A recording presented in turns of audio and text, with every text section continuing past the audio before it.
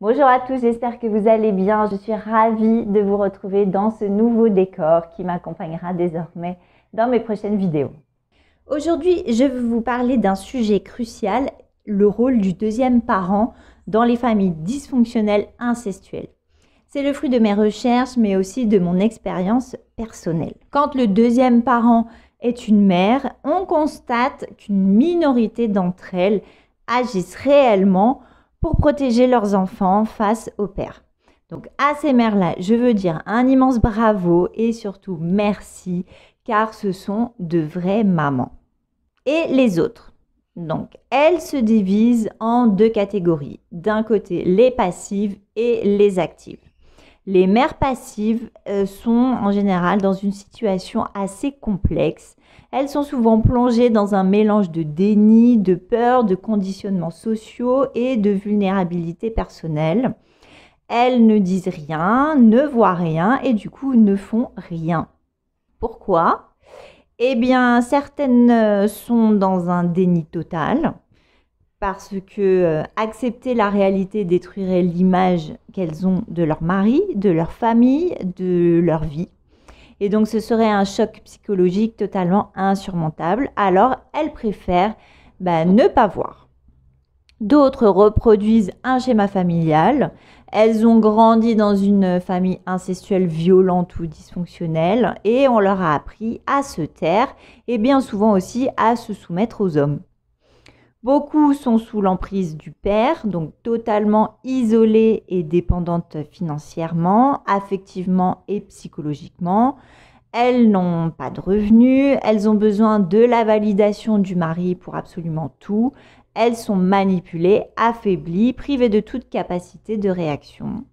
Et enfin, il y a la peur de perdre leur statut social, la peur de se retrouver sans rien, peur de perdre leurs enfants, peur du regard des autres, des conséquences et voire même des représailles. Mais quoi qu'il en soit, ces mères sont complices. Même si leur complicité est passive, elles savent, elles ne l'avoueront jamais, elles ne se l'avoueront jamais, mais au fond d'elles-mêmes, elles savent. Et là, du coup, j'ai quand même un frisson parce que je viens de vous décrire point par point ma propre mère. Dans mon cheminement pour comprendre mon mal-être, j'ai fait de l'hypnose régressive quantique, des lectures d'archives akashiques, une constellation familiale et tout cela a confirmé ce que je viens de vous expliquer. Et le fait de savoir ça, clairement, ça aide. Pourquoi ? Parce que ça permet d'avancer et de passer du statut de victime à survivante. Et c'est vraiment une étape clé qui est de faire le deuil de la maman qu'on n'a jamais eue et que, a fortiori, on n'aura jamais. Parce que oui, une mère qui ne protège pas son enfant, eh bien, on ne peut pas la considérer comme une vraie maman. Je vous ferai d'ailleurs une vidéo sur ce sujet parce que faire le deuil de parents qui sont toujours vivants, ce n'est pas rien. C'est quand même quelque chose de difficile à faire, mais c'est vraiment important. Donc, si tu as des questions, si tu veux témoigner, n'hésite pas à laisser un commentaire sous la vidéo ou m'écrire en privé sur l'Instagram Les Valoches de Val si tu préfères rester anonyme. Parlons maintenant des mères actives. Oui, parce que il y a celles qui ne se contentent pas de fermer les yeux. Certaines encouragent le climat incestuel. Elles sexualisent leurs enfants, elles le livrent au père, elles participent à des jeux ambigus. Et il ne faut pas croire que ce sont des cas isolés parce que cette configuration, malheureusement, est assez répandue. Donc, certaines mères voient leur fille comme une rivale et laissent faire par vengeance ou par jalousie. Pire encore, certaines remplacent leur rôle conjugal par l'enfant, organisant une perversion généralisée. Dans ces couples pervers, le père est dominant, la mère est dominée et c'est souvent elle qui incestualise le plus l'enfant. Donc sous la manipulation bien sûr du père. Mais elle assouvit ainsi ses fantasmes sans passer à l'acte elle-même, mais en passant et en utilisant le père.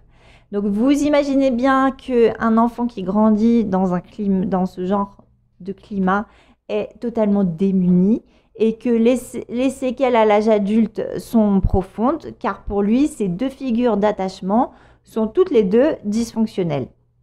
Donc ici, je vous ai parlé des mères, mais ça vaut tout aussi bien pour les pères, puisque eux aussi peuvent être passifs ou actifs, mais donc, du coup, leur implication est encore plus difficile à identifier, tant la mère incestuelle est un tabou totalement absolu.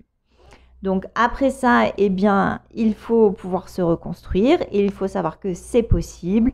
Quel que soit le cas de figure, une fois adulte, le chemin, bien sûr, sera long et compliqué, puisque déconstruire une famille dysfonctionnelle, retrouver une vie en accord avec qui on est, eh bien, ça demande beaucoup de temps, mais c'est possible. Si tu veux de l'aide, n'hésite pas à me contacter via Instagram. Prends bien soin de toi et je te dis à très vite pour une nouvelle vidéo.